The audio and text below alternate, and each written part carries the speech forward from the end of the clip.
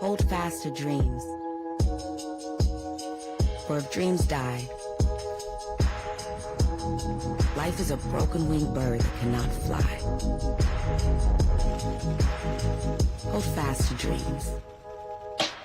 For when dreams go, life is a barren field, frozen with snow. Made the simple way. With real lemon juice, 75% less sugar, and say yes to simple.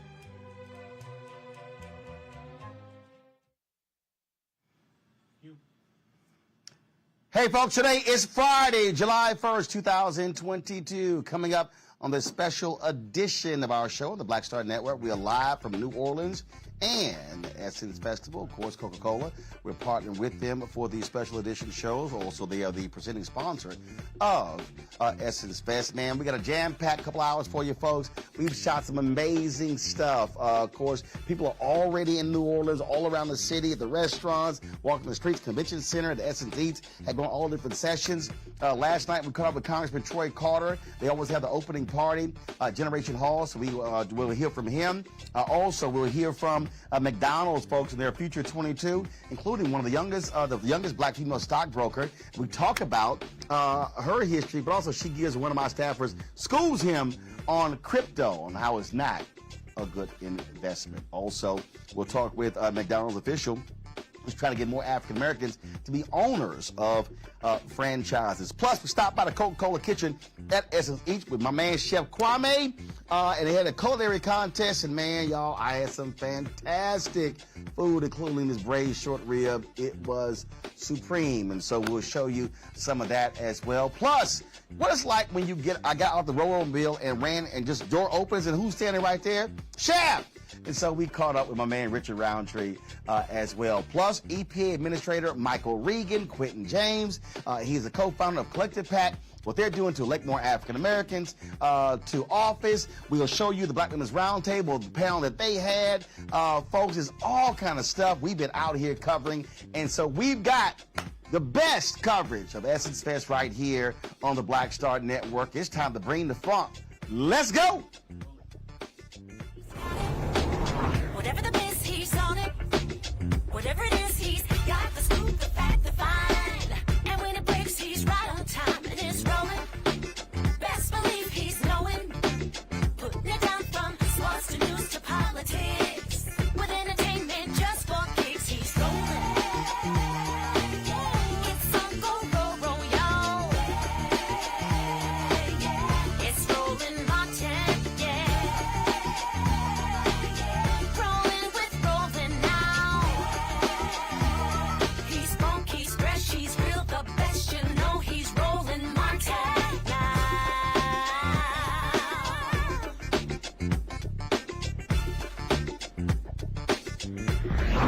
Martin.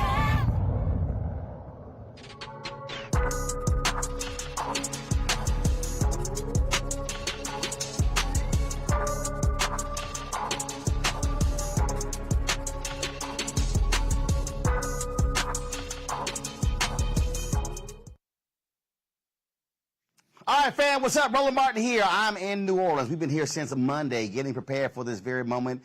Essence Festival began last night here. Kevin Hart performed at the Smoothie King Center, and already folks have been coming into town. Even with all the rain that's been happening here, a lot of excitement, people hitting the streets, restaurants, walking the streets, going to the convention center, going to all the different sessions.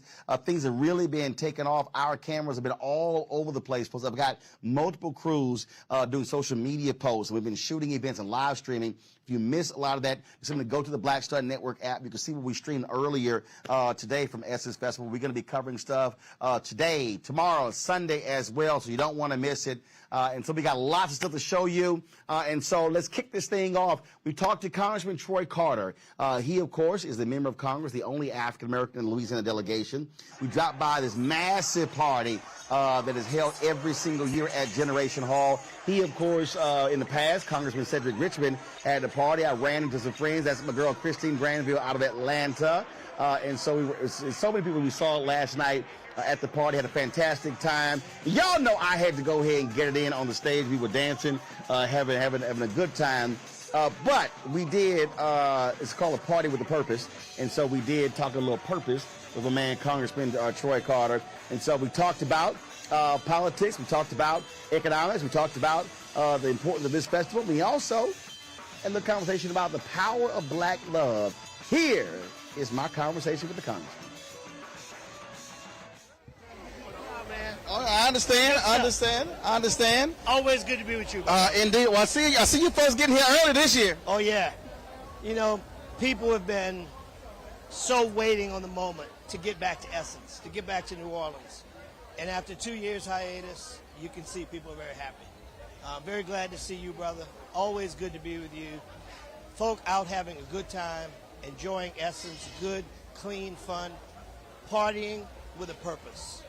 A party, but yes, a party that talks about what we need to do to lift up our people, to fight against the evils that's going on with the Supreme Court, to fight against those efforts to turn back the clock. It's a good time. And one of those evils, I mean, the way it should be going down, you should be having a second black colleague after November, and what the Supreme Court did was truly foul. Absolutely. Listen, math is math. You can split, dice this any way you want. We've got 6 members of Congress, and we are 1/3 of the state. Should be 2 members. There should be 2 black members. 2 black members in the United States Congress from Louisiana. And unfortunately, this Supreme Court has dealt us yet another dirty hand, and we're going to continue to fight. And what I tell people all the time is, don't let this lull you to sleep. Let this energize you to come out, to vote, to push. The more they try to move the ball, the more they try to take away our rights, the more we have to fight. The more we have to get to the ballot box, because elections have consequences, and we're seeing them manifest themselves right now. One of the things that I was just the other day, Gary Chambers I think it was doing a radio interview, and he said that New Orleans, Monroe, and I think one other city, literally the black turnout was from 20 to 36%. And what I've been saying is, in these places where our folks are, we've got to get that number to 50, 55, 60. We do that, we can run elections. And so what is it going to take to get, again, that black number above 50%? Let me tell you, I think the Supreme Court action on stripping the rights of women, their reproductive freedoms, and the right to choose is going to backfire, and it's going to mobilize people to come out and vote like they've never before. When you hear Senator Cornyn from Texas who says we should revisit Brown v. Board of Education, we should revisit Plessy versus Ferguson, the separate but equal doctrine, man, if that doesn't get your attention, nothing does. We need to energize and come out, and I believe come November, you're going to see a turnout like we've never seen before. We have to stay angry. We have to stay hungry. We have to stay laser focused on making sure we did what Georgia did. Right. We picked up 2 Senate seats that we weren't supposed to get. Now we've got to go after those who don't understand the basic decency of serving people. Get them up or get them out. I'm glad you mentioned Georgia because I've seen some numbers that estimate that there are 300,000 unregistered but eligible African Americans in Louisiana. And so is there a movement here to create a new Louisiana project like Georgia did, to go after those folks, to touch them where people have been, frankly, not talking to them, ignoring them, to activate that base? That's what changed Georgia. And let me tell you, we don't need to recreate the wheel. I was with Nikema Williams today, who's my dear friend and colleague in Congress, and who is chairman of the Democratic Party. And I talked to our Democratic Party leaders and said, listen, let's borrow a page from their playbook. We don't have to recreate the wheel. We've just got to take the method that they use. And they got to cut the check. Energize our people, raise the money, and the party has to weigh in. Louisiana is not a lost cause. We used to be blue, and we can be blue again. But it's going to take the kind of effort that we saw happen in Georgia. I'm totally confident in our Democratic Party here in Louisiana to energize and get people going. But we got to do it together. Now, that's blue. Let's talk black. And so one of the things that what I have been saying is that when you look at this festival, it speaks to black collective in terms of economics. And what I am constantly saying is we should be looking at this period, this post-George Floyd period, as a third Reconstruction. If we're not having a money conversation, we're not having a real conversation. That's right. I had a conversation today with Secretary Buttigieg of Transportation, and I said, listen, we got $1.2 trillion, the largest infrastructure package since the creation of the interstate system. Now, how do we take that and utilize and make sure that we have African Americans that are part of the mainstream and making some money, being a part of design, road build, the whole 9 yards? We're getting there, and we got to keep pushing, because the last thing we can afford to have happen is we have the largest infrastructure bill passed and black folk not have an opportunity to partake. We've missed the boat if that happens. We're not going to let that happen. And that's the thing with us getting 1.67% of all federal contracts. And my deal is, look, we move that to 3 to 5 to 10. All of a sudden, you go now from $9 billion annually to $56 billion annually. I'm like, that changes our community and changes black-owned businesses. That is the kind of life-changing opportunities this infrastructure bill, Build Back Better, and all of the other efforts that the Biden administration is pushing and this Democratic caucus is pushing.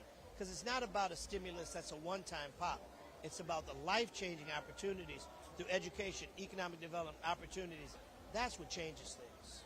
So I'm going to ask this question here that speaks to this festival. In your own words, explain what black love feels like when folks are here, whether it's a party, whether at the festival, in this city, in the restaurants, and just what does that feel like, black love? It's an unconditional, unexplainable, from the heart, deep, the essence of love.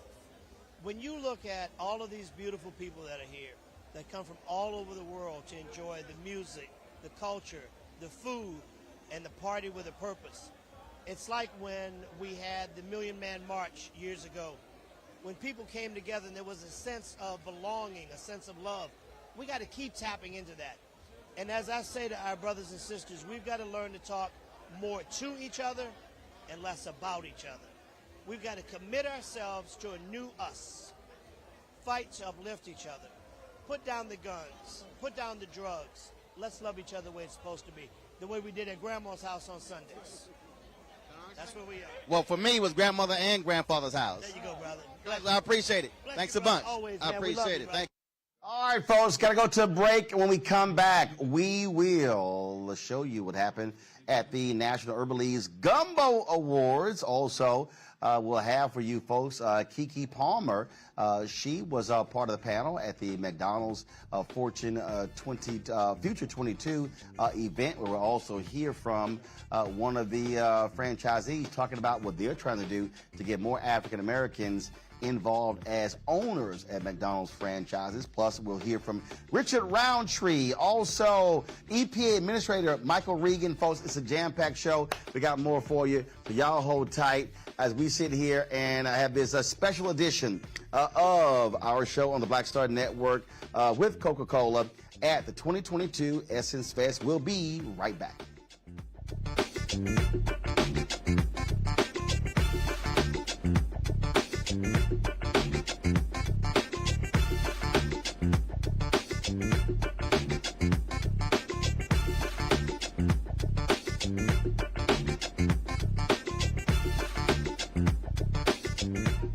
Made the simple way. With real lemon juice, 75% less sugar, and say yes to simple.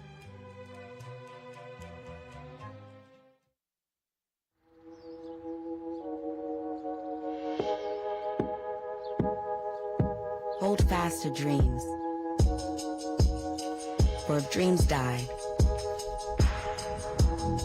life is a broken-winged bird that cannot fly. Hold fast to dreams. For when dreams go, life is a barren field, frozen with snow. Lots of oranges, half the sugar, 1,000% delicious. That's simple math. Say yes to simple. It's time to be smart.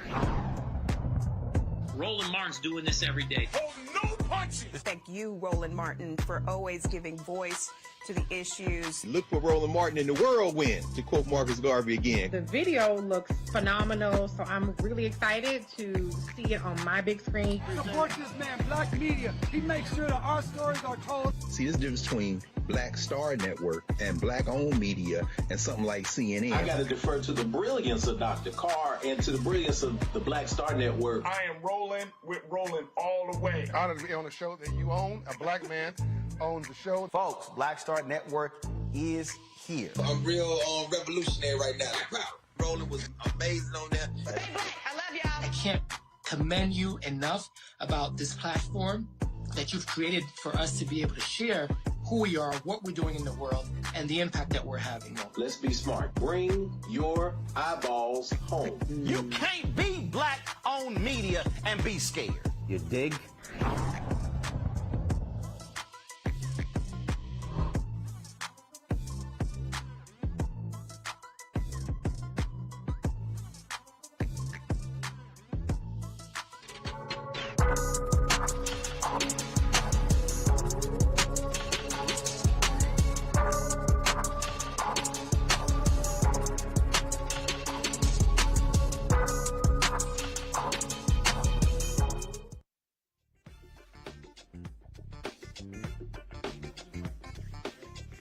All right, folks, welcome back to our special edition of RMU on the Black Star Network, powered by Coca-Cola. We are here at the 2022 Essence Fest in New Orleans. National Urban League had their Gumbo Awards. Mark Morrell, the CEO of the National Urban League, former mayor of New Orleans, native of the city. His dad was mayor here as well. The convention center is named after his dad, Ernest Dutch Morrell.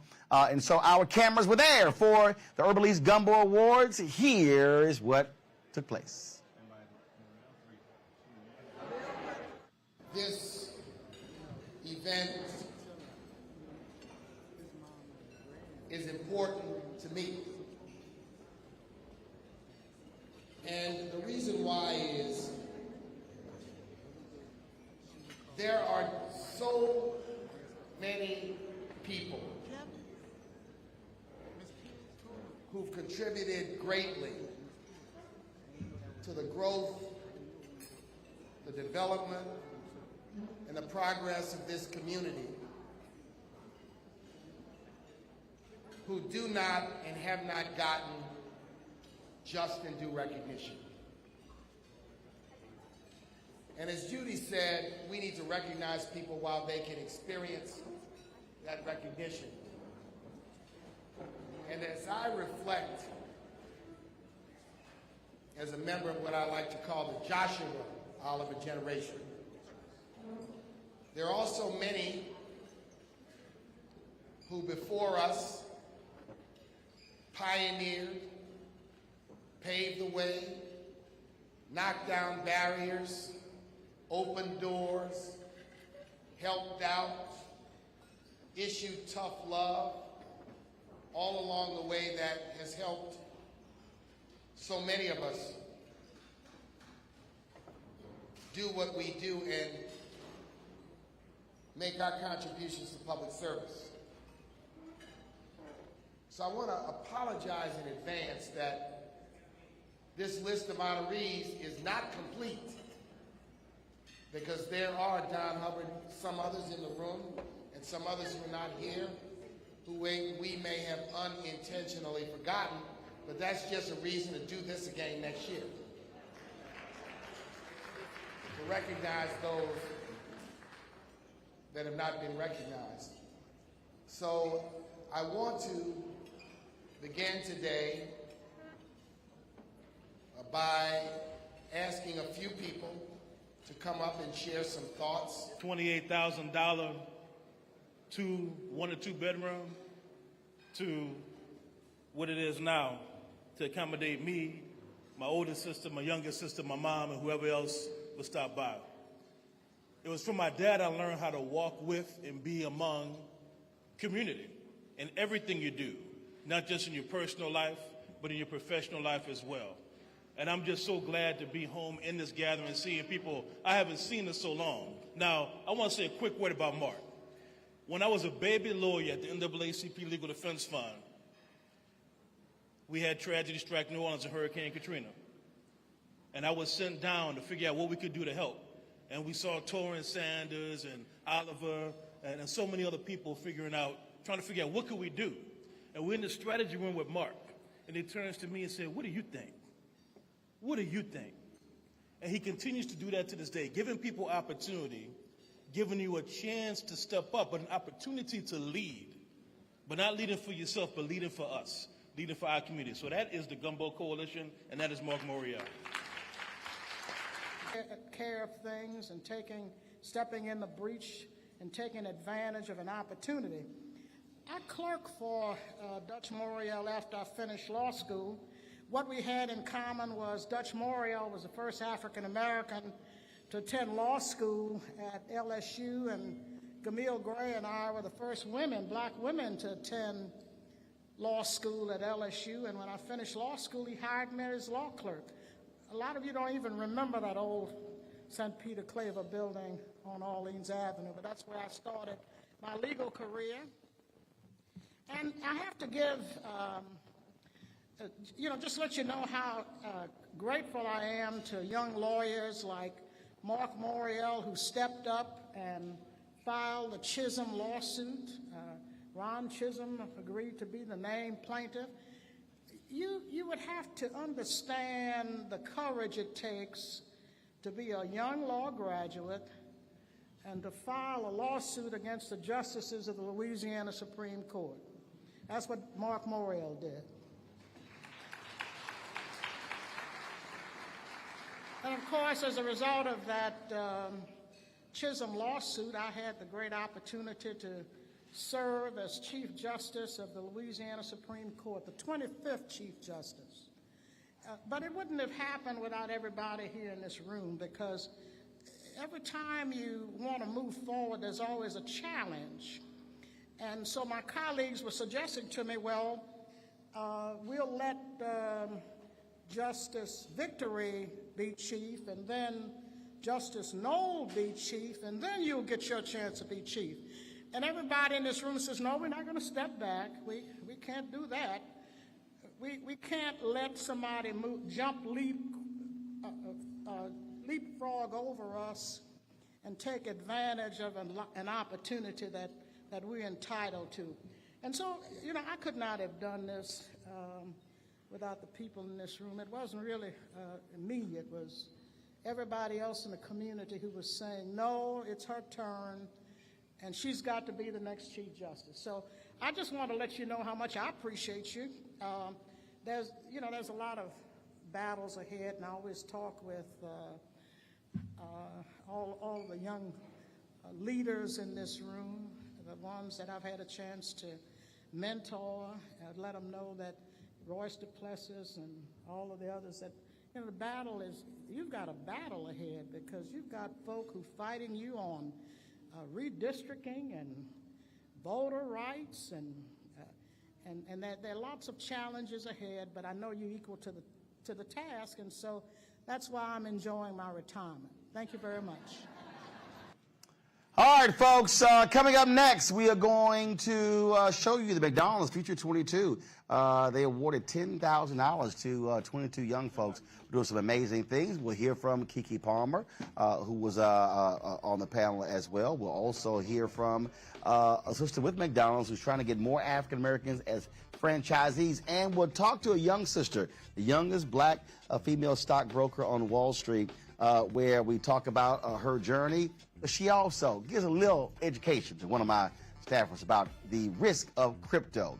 In addition, later in the show, folks, we're going to hear from Richard Roundtree as we caught up with him on the streets of Essex. We'll hear from the administrator of the EPA, Michael Regan, who's here, the Black Women's Roundtable. They were also here talking about reproductive rights and also the power of black women. We talked to Quentin James, co-founder of Collective PAC, about the importance of raising money and giving to black candidates to elect them to office. And so, folks, a lot of things are happening here at the 2022 Essence Festival. And we, of course, are doing this in partnership with Coca-Cola, and certainly glad to have them with us as a partner. And so a jam-packed show for you. Got to go to a break. And here's what we're doing. Today's question is, what does black love mean to you? And so we're going to show you some responses right here on the Black Star Network, live from New Orleans at the 2022 Essence Festival, powered by Coca-Cola. Back in a moment.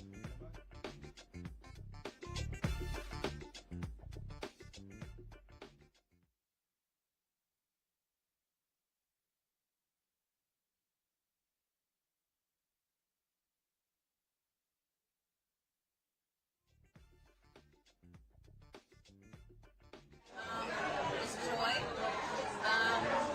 For me, it's curiosity. It's curiosity to learn that being black is more than just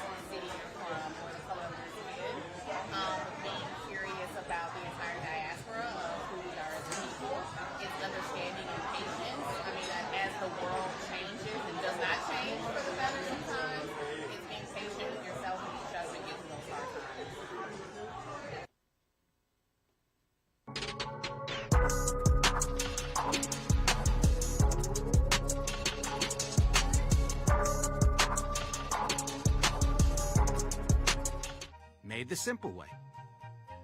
With real lemon juice, 75% less sugar, and say yes to simple.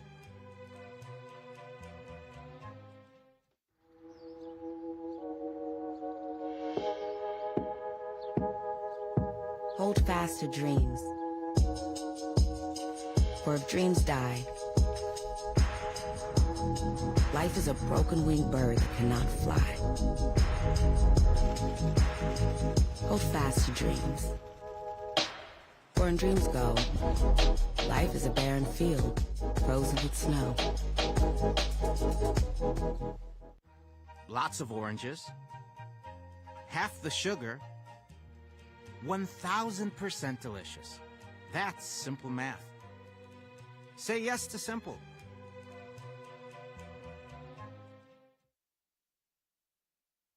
It's time to be smart.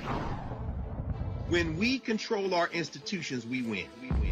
This is the most important news show on television of any racial background. Y'all put $2, $3, $4, $5, $10, $15, $20, $30 on this and keep this going. What you've done, Roland, since this crisis came out in full bloom. Anybody watching this, tell your friends. Go back and look at the last 2 weeks, especially of Roland Martin Unfiltered. I mean, hell, go back and look at the last 2 days. You've had sitting United States senators today, Klobuchar and Harris. Whatever you have that you can bring to Roland Martin Unfiltered to support it, please do, because this information may literally save your life. Watch Roland Martin Unfiltered daily at 6 p.m. Eastern on YouTube, Facebook, or Periscope, or go to RolandMartinUnfiltered.com. Support the Roland Martin Unfiltered Daily Digital Show by going to RolandMartinUnfiltered.com. Our goal is to get 20,000 of our fans contributing $50 each for the whole year. You can make this possible. RolandMartinUnfiltered.com.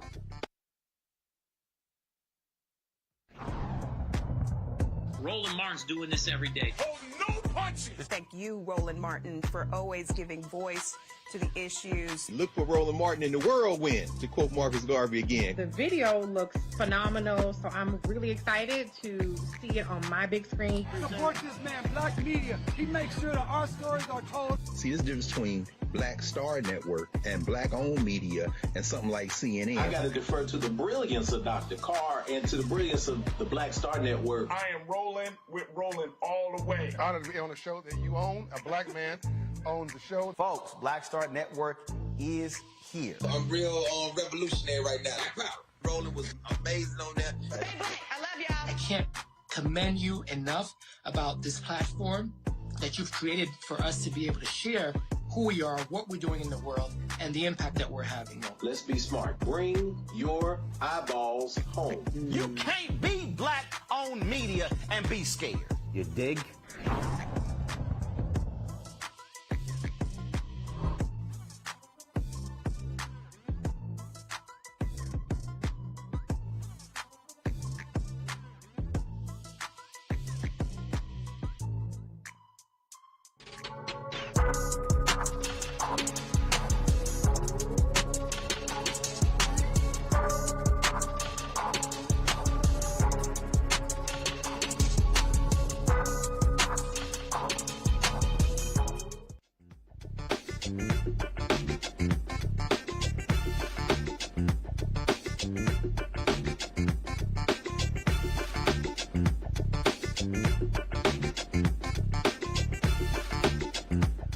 Welcome back to our Essence Fest show on the Black Star Network, powered by Coca-Cola. We dropped by the McDonald's Future 22 luncheon today, where they honored 22 young people who are doing amazing things, who are game changers, even awarding them $10,000 each. There was a panel discussion, and Keke Palmer, she was on it, so we got a chance to see Keke. We live streamed that event, so if y'all want to see the whole program, go to the Black Star Network app to check it out. But here's some of what Keke had to say.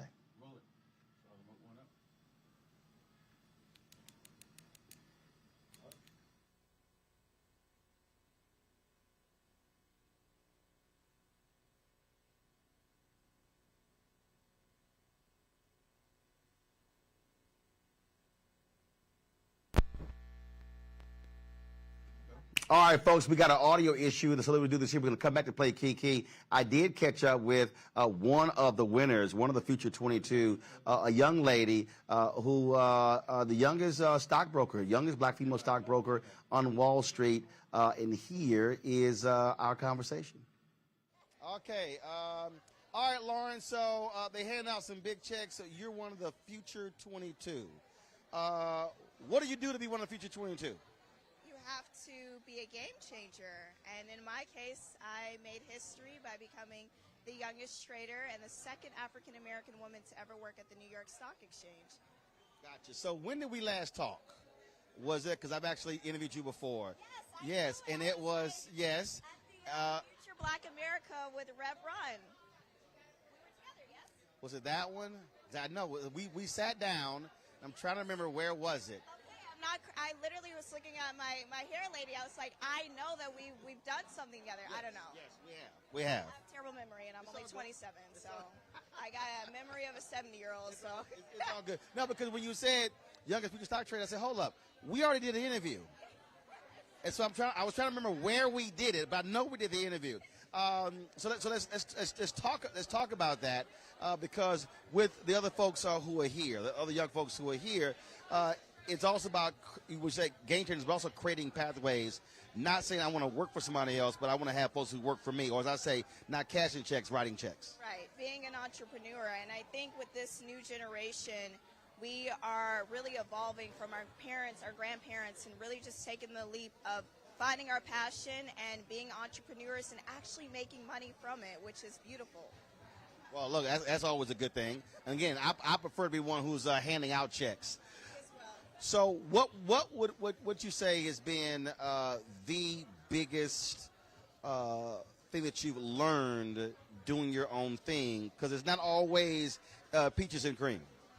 No. Being from Georgia, I threw a little peach in there, as you see. I saw that. I love that. Thank you for that. The biggest thing I've learned is how much people, whether they are intentional or not about it, will doubt you and will put fear in your mind and make you believe that you can't achieve what you have set out to do. And I'm a true believer that we individually know ourselves better than anyone else. So if you believe that you can do something, go out there and do it. Don't listen to the noise. Don't listen to the people.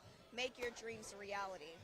Where did it start for you to do this? Like, what was the idea? What was the seed that got planted when you said, oh, I can do that? You know, it's my family, honestly. My family is the most supportive, and I have a brother with a disability, and he has this most optimistic mindset, and if he could do anything, he would. And so for me, I felt like, what is my excuse? And so, I'm saying, but did you have a family history of who was working Wall Street? You know, right. So what was it when you said, oh, I want to do that? What was that thing that sparked that? You know what? Nothing sparked that. I had a gentleman say to me, do you want to work at the New York Stock Exchange? And what were you doing at the time? I just graduated, and I had studied genetics, and I said, hell yes. I don't know if I can say that. So you studied genetics, yes. And he says you want to work at the New York Stock Exchange. Yes. How do those two go together? It doesn't. It doesn't. He just figured, oh, you smart. He was like, you majored in genetics? Yeah, you smart as hell. You can figure this out. I don't know, but he definitely opened that opportunity, and I'm a big believer of opportunities and take the opportunity and do what you will with that. And so I said yes. I did have a strong background in math, so there's a lot of correlation in that. And y'all know that ain't roll. I can help you. I can count money. I can negotiate deals, but I hated math. Well, listen, I got you if you need it. I can help you budget, save, raise that credit score. What are we trying to do? But I don't even. Well, first of all, I pay for everything in cash, so I don't even need credit. I'm sorry. I'm saying. Everybody needs credit, even a business owner. For what? You need it. For what? To build. It helps build your capital. It helps to be leverage. I got the capital in the bank. Don't be silly. Don't be silly. Anyways. Math did drive me crazy. I told my professors, I said, hey, look, I can count money. I can go make money, negotiate deals. I ain't use the Pythagorean theorem for nothing. ridiculous? No, and I think that's, I mean, simple math at its finest is what you need for finance. And if you could do that, then you're fine. And I think people get intimidated about finance and being in the industry because of the other things that we learn in school that just isn't applicable to your everyday life. Although I'm still not understanding crypto. It's still like, I actually like ones, fives. Don't invest in crypto. Thank you. Okay. Period. He on my team. He's a crypto fiend. No, absolutely not. Go ahead and talk to the camera. Don't invest in crypto. Get over here. Tell him why. Get over here. All right, y'all. So I'm having this conversation with Lauren, and then crypto comes up, and she's like, "Oh hell, I don't get involved in crypto." Well, Anthony Hampton, who works on the show, he is all into crypto, and so I said, "Why don't y'all two have a conversation about crypto?" Here that is. Here's the conversation. 420. Not to invest in crypto. Lauren, do what you do. Crypto is a speculative asset. There is nothing backing it, and as of yesterday has dropped down to the lowest that it's ever dropped down. So everybody that's saying that crypto is a hedge against inflation, it's not. It's not. It's not a hedge against inflation right now. There's regulation that's being drawn up and discussed. So once it gets regulated, institutional investors will start investing. So if you get in early, the assets won't change. Okay, can I at its lowest right now, I think it's a good time to get in, especially if you have money. You got to have money to do it, though. I wouldn't put my last dollar in, but if I have $1,000, I would definitely invest it in a crypto. Okay, so what I say to that is, yes, it's going to be regulated, but it's not going to be regulated under the SEC. It's going to be regulated under commodities and future trading. Futures that trade are not traded and backed on any kind of value. It's also considered speculative trading. So unless, and the difference for people that don't know what as like being regulated under the SEC, being regulated under the SEC means that you are a corporation, that you have to disclose your quarterly financials. You actually have money to give to your shareholders. All that is great, but do you go to the casino? I don't. Okay, maybe not you, but there's millions of people that go to the casino. There's millions of people that also play the lottery. Right. So and those, 99% of their money. But they don't lose 99% of their Wait, money. gambling? No, they don't. If Really? they lost 99% of their money, how would they afford the gas to get there? How would they? They're not losing 99% of their money. They're losing maybe 99% of the money that they're gambling with. But that's just the fun in it. So it's like, if I have other ways. I have Roths. I have other ways that I invest my money. I have other companies as well. But if I want to be speculative about crypto, it's just a choice because everybody has a choice. So it's like, it could work, it couldn't work, but I'm not going to put my, people do DraftKings, everything. I mean, there's DraftKings, there's Caesars betting, like there's crypto. So you're telling the people that are listening to this interview to go out there and gamble? No, what I'm telling them is...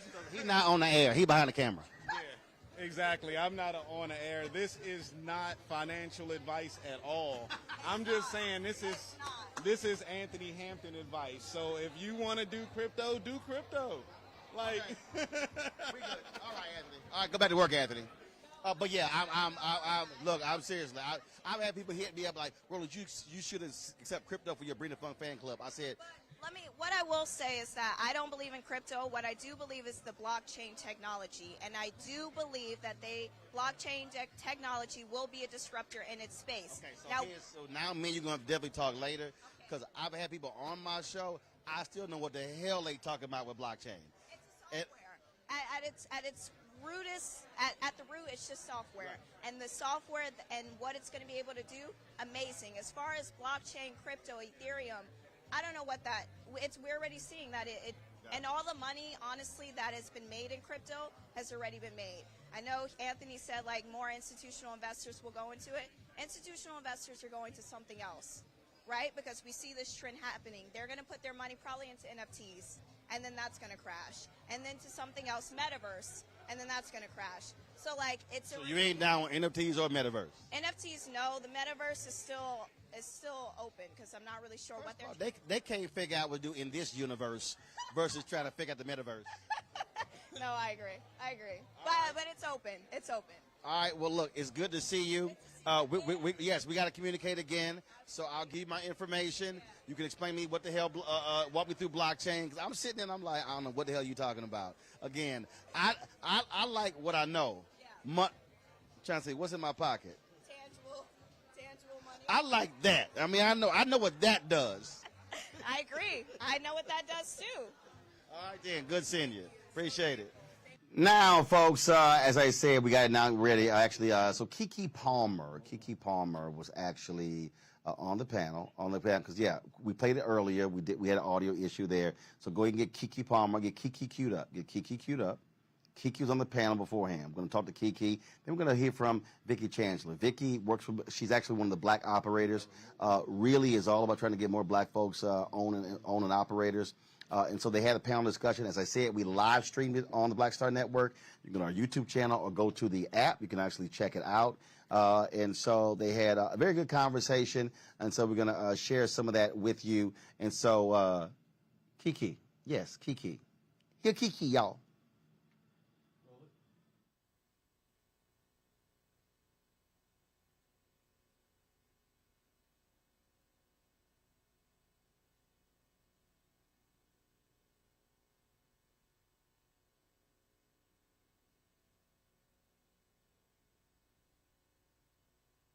Still trying to figure out what the problem is with the Keke's audio. So let's cue up Vicki Chancellor, y'all. So Vicki Chancellor she's an owner-operator with McDonald's, and we got a chance to talk to her about the importance of African Americans owning their own franchises. Watch this. All right, Vicki, look, now I know because of all the stuff that I've done for the black McDonald operators, what they do, but for people who really don't quite know the history, it's a long history of African Americans who are operators, but people don't also realize they're owners. Not just operators, they're owners of the franchises.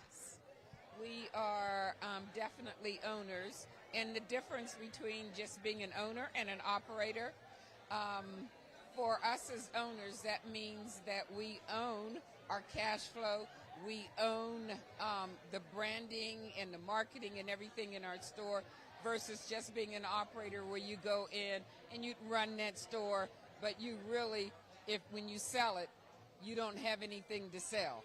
As an operator, when we sell it, we own that cash flow and are able to hopefully become multi-millionaires.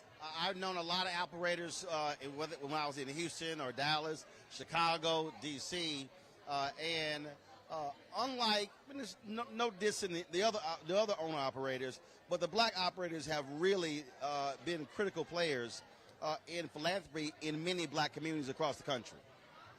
Yes, we pride ourselves in giving back to our communities. And when you are a black operator, you know that you stood on the shoulders of somebody else. You know that when you lived in that community, it was that your minister or that black teacher or just that neighbor that made sure that you were on the straight and narrow. And as a community, we always had to look out for each other and make sure that we were helping the next person up. And obviously, what are you doing? What are the black operators doing to create that next generation of owner-operators? I've met several. Many of them, their parents own stores. But for somebody out there who's looking to actually say, I want to be an entrepreneur, how do they get involved and say, hey, that might be a possibility to become McDonald's owner-operator? So, excellent question, and I'm glad you asked that. Because one of the things that we are looking for, McDonald's, is we are looking for, I will say, black, young people that would like to get in the McDonald's system. And actually, McDonald's just has started a $250 million fund that will be able to help people in diverse communities. And I say black because I'm black, but right. That would include Hispanics, right. That would include... My black show, we say black. Yes. With a capital B. Yes. So that means that if you have an interest, if you're out there now and you have that drive to be an entrepreneur and you want to build wealth for your family, I would ask it. You can give me a call, but you can also give Roland a call. and he will put you in touch with McDonald's. Okay. All right. We certainly appreciate it. Always good to see you. Roland, I want you to know that McDonald's has a great love for you. You have always stood by us, and we just like everything that you do, and we wish you much love and success. I appreciate it. Thanks so much. Thank you. All right. Thank you.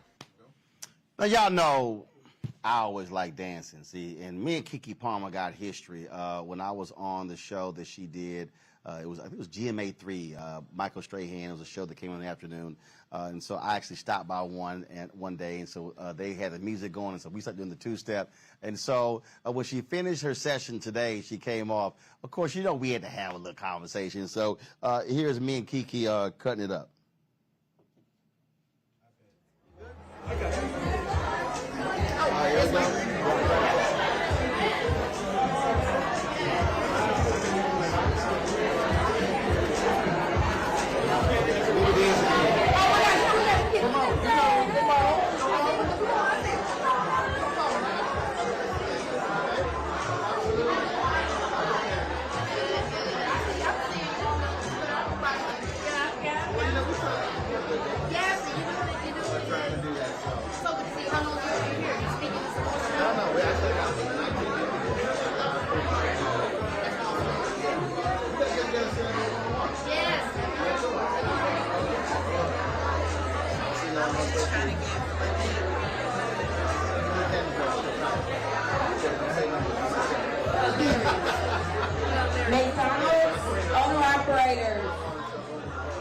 McDonald's owner-operators, please meet in the Carrollton room on the first floor. Carrollton room first. All right, y'all, again, it was great to see Keke, and we look forward to having a one-on-one with her on the Black Star Network. All right, y'all, got to go to a break. We come back. The Black Women's Roundtable had a conversation about reproductive rights and the power of black women. We'll also hear from Quentin James, co-founder of Collective PAC, talking about the importance of fundraising for African Americans. And plus, Michael Regan, the administrator of the EPA, he talks about environmental justice in African Americans. All of that right here on the Black Star Network special edition of the Essence Fest 2022, powered by Coca-Cola. We'll be right back.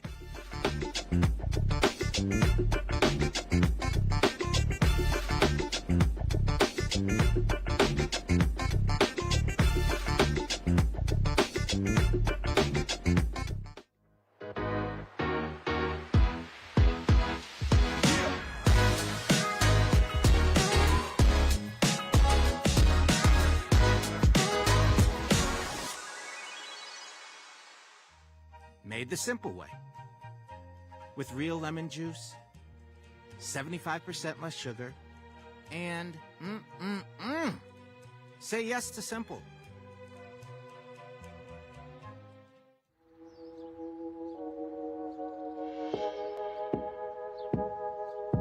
Hold fast to dreams.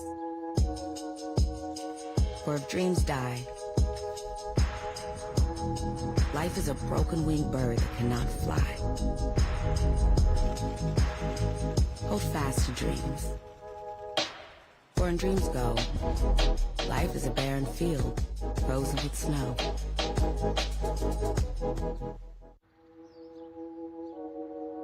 Time to be smart. Roland Martin's doing this every day. Oh, no punches! Thank you, Roland Martin, for always giving voice to the issues. Look for Roland Martin in the whirlwind, to quote Marcus Garvey again. The video looks phenomenal, so I'm really excited to see it on my big screen. Support this man, Black Media. He makes sure that our stories are told. See, there's a difference between Black Star Network and black-owned media and something like CNN. I got to defer to the brilliance of Dr. Carr and to the brilliance of the Black Star Network. I am Roland with Roland all the way. Honored to be on a show that you own. A black man owns the show. Folks, Black Star Network is here. I'm real revolutionary right now.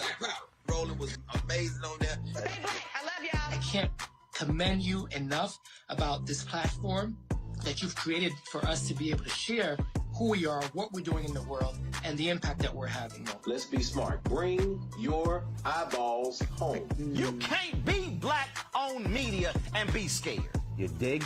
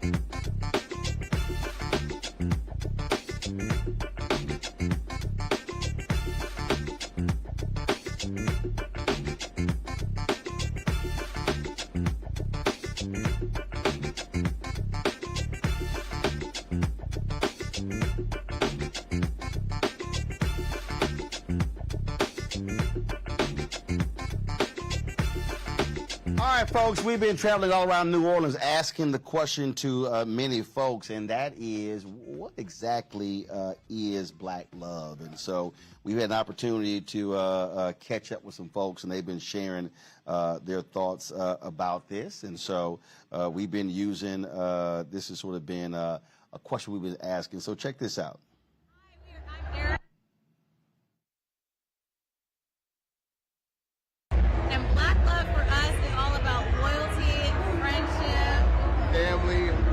Showing, fighting, and if you fight, you still family, still get each other's backs, just, being there for each other. Yeah, absolutely. All right, then. So, again, that's what black love is all about. And so, again, it's been really interesting as we have been looking at the conversations that have been taking place, listening to a lot of these discussions. We had a chance to catch up with the folks at the Black Women's Roundtable. Of course, they were sharing their thoughts and perspectives.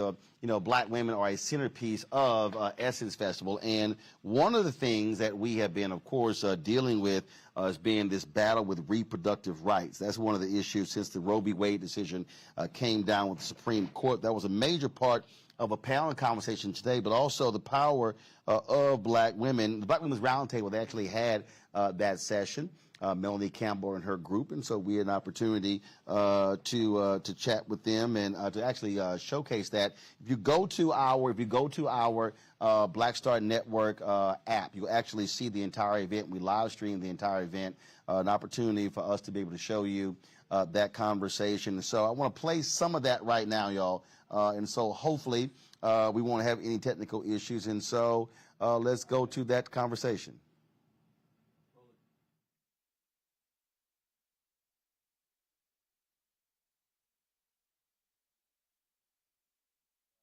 Yeah, we're having a slight issue with our cable here. So let me get this straight again. Let's see if I can now, if it now shows up in plays. All right, y'all have it now?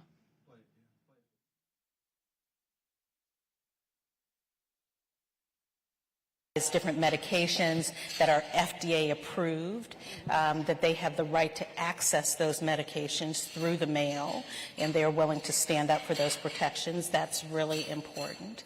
I think that there are other implications around access to contraception and just other health care services. There are some requirements under the Affordable Care Act, and even under Medicaid and people's ability to access those sorts of services. So I think that the administration can do a lot to speak up on that, but I also think that they just have to be bold and unequivocal that this is a ruling that cannot stand.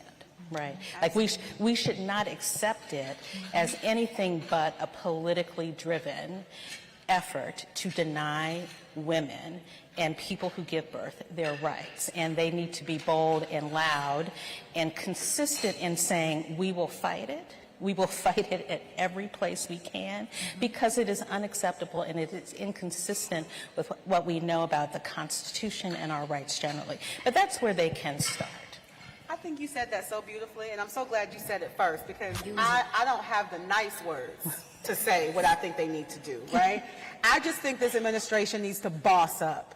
Like that's what they need to do. They need to like stop playing this like little pitter-patter game and actually take off the gloves and do the work, right? So yes, we have our role to play. I know we're going to talk about voting and the power of that, and all of that's important. But if we don't have folks who are willing to stand in the ways that we need them to, like unapologetically, like by any means necessary kind of attitude, then why are you in this office, right?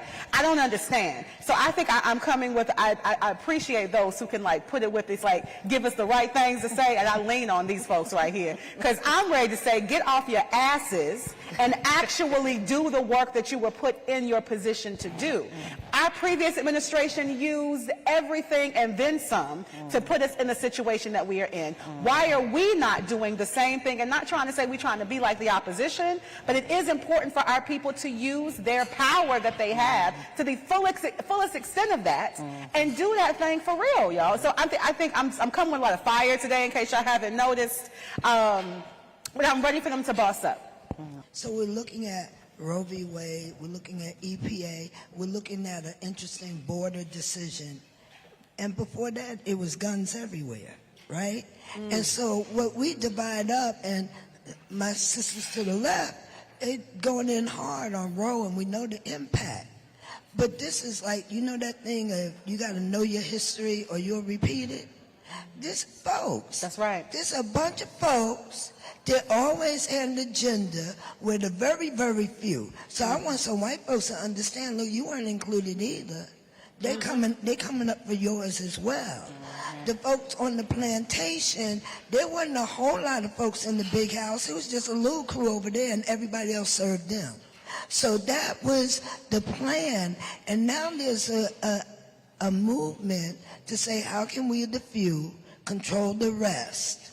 And everybody, so the only way that can happen is if some of us work on Roe, and some of us work on the environment, and some of us work on that, and we miss the bigger picture.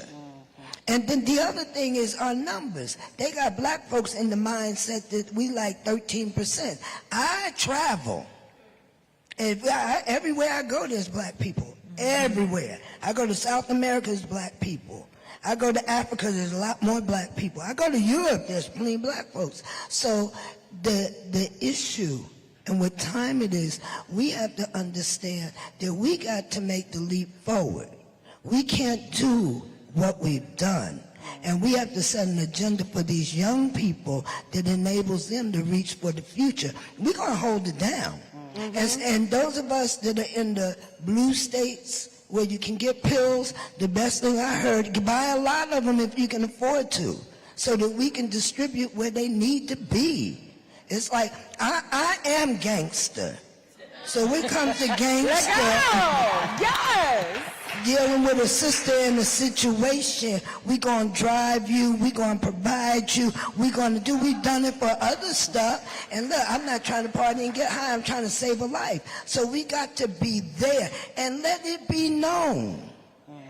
If you come for me, you come for all of us. That's it.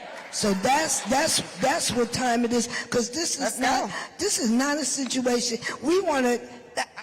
That it would be just about abortion.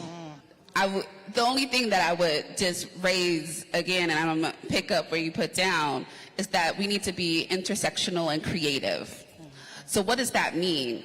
That means that even though this conversation is about abortion access, we know that black women are not just about abortion access, and abortion access is not just about abortion. It's an economic issue. It's an environmental issue. It's a criminal justice issue. It's all these other things that come into our lives. So our administration not only should be thinking about Roe, it should also be thinking about how do we make sure that the lives of black women, regardless if they want to have an abortion and or keep their pregnancy, right, that they are creating the conditions for that to happen. So we also need to be keeping them accountable of what does it mean to have fair pay. We also need to be keeping them accountable. What does it mean to also have paid parental leave? What does it mean for us to be thinking about this full range of things so folks can actually give themselves options? Because abortion access is more than about, oh, well, I just woke up and I just don't want to be pregnant. Even though sometimes that is the question, or sometimes that is the answer. Abortion access is about all the pieces, because we know that most people who have abortions are already parents, right? We know that, so they are making, and most times they are making economical decisions. That's right. So how do we also address those issues as well? So when folks tell you that there is nothing to do because of the Congress and the way it's at, don't believe them. That's right. Tell them that there are many things that they can be doing around abortion access. There are many things that can be doing around reproductive and sexual health access. And it doesn't just stop at one piece of legislation or one court case. Mm-hmm. That's very important. But I'm hearing a common thread is tell Congress, which pivots me into where we're headed. We're headed to the midterm election. We are. Well, we vote folks in and we vote folks out. What should we be thinking about right now, also planning and preparing to do for the midterm to impact what's going on? And we vote at high numbers. We get out there, older black women or more seasoned black women are one of the highest propensity voters in the country, right? But we need to also make sure that our vote is getting paid off after they get into office. So what do we also do after the voting? How are we holding them accountable? Are we asking them questions? What are you doing? How are you helping black folks? And then after, make sure that they are actually holding the folks accountable. We can be asking elected officials right now, where are your stance on abortion access? Where is your stance on all these issues? Just because you came to my church doesn't mean that you got my back. So we need to be also having all of those conversations and having them answer to black women in particular and black birthing folks. Mm-hmm. So I think that's the first piece. I think the second one, this is not normal times. So we can't be acting normally. So that means that we got to, again, think big and creative on how we are engaging with our people. So that means we might have to have roundtable discussions in our living rooms. We might have to have roundtable discussions in our bedrooms. We need to be making sure that all folks are aligned and having conversations. So you got cousin and them coming to the elections and coming to the polls with you and asking those same questions. So I'm so glad to know that I'm at the end of the stage with the not normal. Because see, so I sat in the right chair. Because while I'm working to get everybody that I can to vote, we have the opportunity to lift up things. We can say, oh, your choice is this. And we have a Reverend Warnock from Ebenezer that's articulate, educated, the examples. So it's like, you can go with this or you can go with that. I want to be a little bit ahead. So where I am in the curve, let's make voting mandatory for anybody that gets a government amount or pays taxes. Now, it's not going to probably happen, but that's my position. Let's make voting mandatory. What is that? That is going beyond where we are. And then I want the people with the Constitution to explain, let them get on the page. And no, we don't want to do that, because they've had me running against a flow. So I want to change the flow of the river and say, anytime we're in a state where people can visibly try to tear down the government, we need that big change that you're talking about in a bigger vision. So make it mandatory. So in my conversation with young people, I'm saying, yeah, I'm working hard to make sure you're going to have to vote. So you might as well practice now. Folks, Faith Daniels, who is a social media correspondent with HBCU League Pass, she caught up with a couple of young voters after that panel discussion, and he had a couple of things to say. And so today I'm here with Olivia Duncan and Anaya Vines. So I heard you guys are HBCU grads. Rep your hood. CAU 22. Come on, HU, you know, Howard University, period. Okay, so we're here at the Black Women's Roundtable. What has been your biggest takeaway from today? Just being able to be in a space with such amazing Black women. Anytime it's an event with the Black Women's Roundtable, it's always life-changing. Yeah, just to piggyback off of Liv, this has been a great experience, from the panels to the poetry, everything, the food, just always top tier. I love my Black women. What would you say your definition of womanhood is? To me, especially with the state of everything right now, I would say vulnerability. It takes a lot to be a woman, to be in difficult conversations, to be in difficult positions, to always have to be the strong Black woman, and then not really have time for yourself. So I would definitely say vulnerability, and that's not always a negative thing. Sometimes it's good to be vulnerable. Sometimes it's good to come into these spaces and have difficult conversations, but understand how to better love yourself and how to take care of yourself, and how to identify with issues that you didn't even know you were dealing with.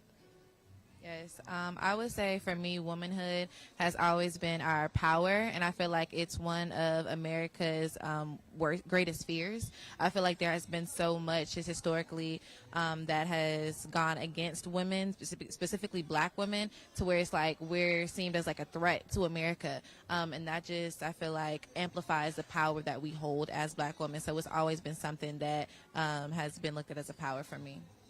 With recent headlines of Roe versus Wade being overturned, what was your initial emotion?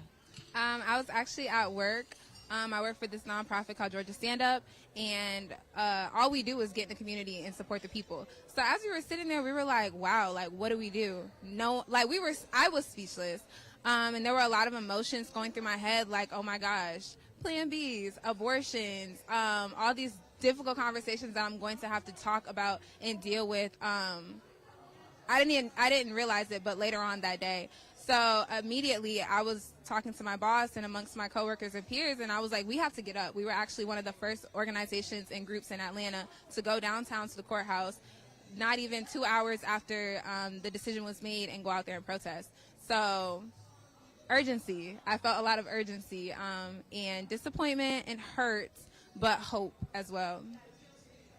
I think when I heard about the overturning of Roe v. Wade, of course it was disappointing, but in my head I feel like I wasn't surprised. I feel like there's so much expectation that we still have as a Black community and Black people in America, and just through experience, understanding like America and those that are in positions in government, they do not fight for us as Black people. It is us that fights for us. It's us that has to make sure that they're held accountable. So when I heard about the decision, I was like, dang, what do we need to do next? Now it's next steps. Now it's, how do we mobilize on the streets? How do we change this? Because since 1972, I believe that behind closed doors, they've been actively working to overturn it. So now for us, we wake up and we see, okay, this has been a thing that's been overturned, but this has been in motion for 50 plus years.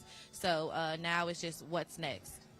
Now, both of you guys were on a panel today talking about women's rights. Of course, you guys are fighting. Your mothers have fought. Your grandmothers. Everybody has been fighting for women's rights. What would you say the reason is why it's so pivotal now? Because we are the next generation. We are the generation now, and the generations to come. These are our children. These are our bodies. For so long, I've watched my grandmother protest. I've watched my grandmother organize. I've seen all these things that she's done, and it's time for me and my generation to step up and take on these roles and to stand up for something. Yes, I feel like saying, why is it so important now sometimes can be a loaded question, because we have been taught to fight. Just our ancestors have been taught to fight. Us as Black people have been taught to fight. There has not been a time for Black people since we arrived from the transatlantic slave trade where we had time to just live. We have always been fighting to survive, fighting to speak, fighting for our rights, for our womanhood. So I feel like we're fighting because that's just our instinct at this point. I just cannot wait until we get to a point where we are not just fighting, but we are actually living.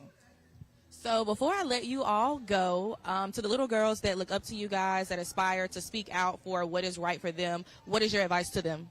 My advice is, as overwhelming as this may be, as complicating as the terms and the words and the politics can get, do what you feel comfortable doing and get a little bit uncomfortable and be okay with being uncomfortable. If it's going on Twitter and that's how you protest, then go on Twitter and that's how you protest. If you want to boycott a certain organization, company, brand, whatever, do that. If you are into policy making, if you like to write about what's going on. Take your camera and take pictures. Amplify the voices and the work that's already being done. So find your place in the movement and get involved. I would say just know that you are naturally strong, and you have not only God with you, but you have those that came before you with you. So just channel that power. It is more so a thing that you are born into and born with rather than taught. And being a black woman in particular, you have nothing to fear because you are walking in the path of giants. So you'll be fine. How would you say today's event went? How excited were you for it? Today's event was phenomenal. Anytime Melanie Campbell calls me, I'm going to come running because I know when she does her events, you feel empowered, you feel a sisterhood, and you just there's this camaraderie that you can't get when you're just kind of on your own.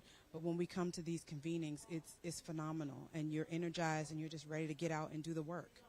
What is your definition of womanhood? My definition of womanhood. That's a good question. I think that I would call womanhood just, I don't necessarily think that womanhood has to just be a woman.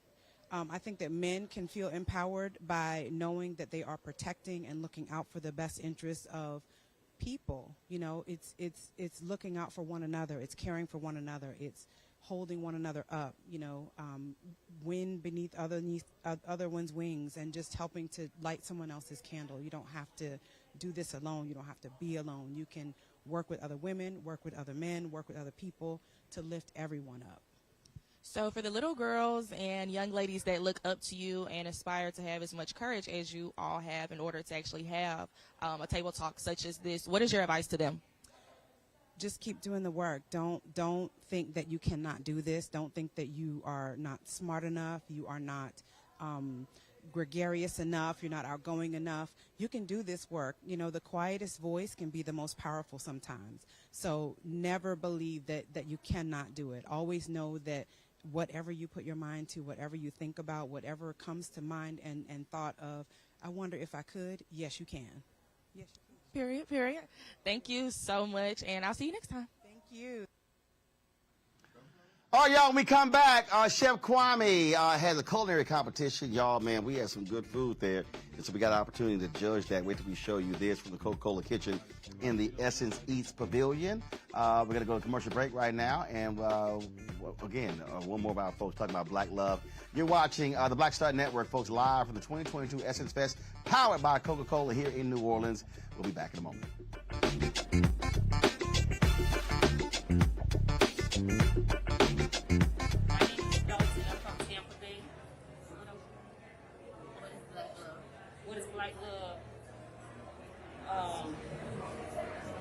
Black love is just being powerful, doing whatever you want, and get to your goals. And my name is Darlene, and I'm from Tampa, Florida. And the meaning of Black love is everybody, our Black culture, uniting together, showing love to each other.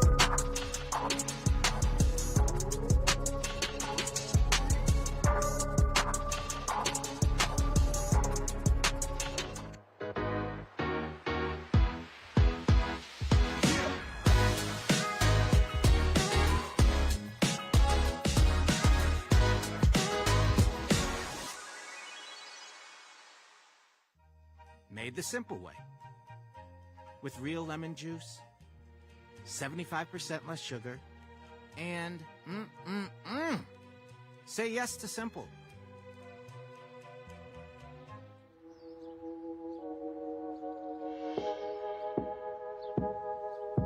Hold fast to dreams.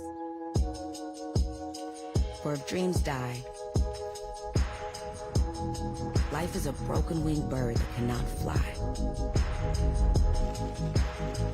Hold fast to dreams. For when dreams go, life is a barren field, frozen with snow.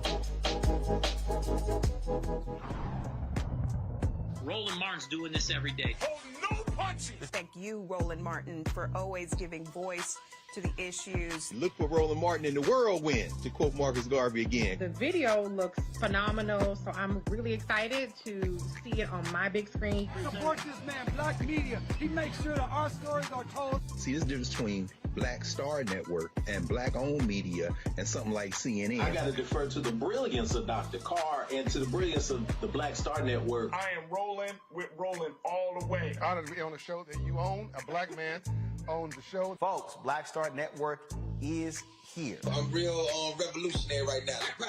Roland was amazing on that. I love y'all. I can't commend you enough about this platform that you've created for us to be able to share who we are, what we're doing in the world, and the impact that we're having. Let's be smart. Bring your eyeballs home. You can't be black-owned media and be scared. You dig?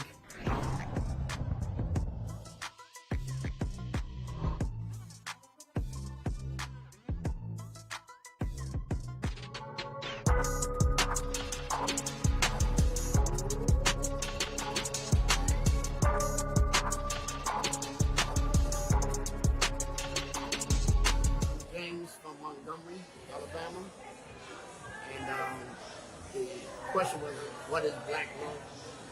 Black love is unity and love for one another, and a sense of family, because we're a united family, and it's good to make sure that your heart is there, so you can do for others,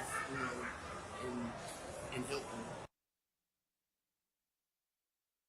Pavilion. They moved it from the inside of the convention center to the outside, and they've got a staging area. They got concerts there. Well, Coca-Cola, they've got their large kitchen out there. And my man, Chef Kwame, was out there today judging the culinary competition. I stopped by at the right time when the food almost came out. We got an opportunity to check that out and to taste the food and judge the competition. And so here is some of that culinary competition. Okay, everyone, be safe. Hey, how you doing? Okay, so we've got Tupperware over here, so clearly this is a black event. What's going on? Oh, nothing's going on. I'm warming up my chicken, get my pan hot and greasy for y'all. Yeah, well, he was blocking the other one. Oh, okay. Yeah, it smells really good in here. It does smell really good here. It smells like garlic, yeah, butter.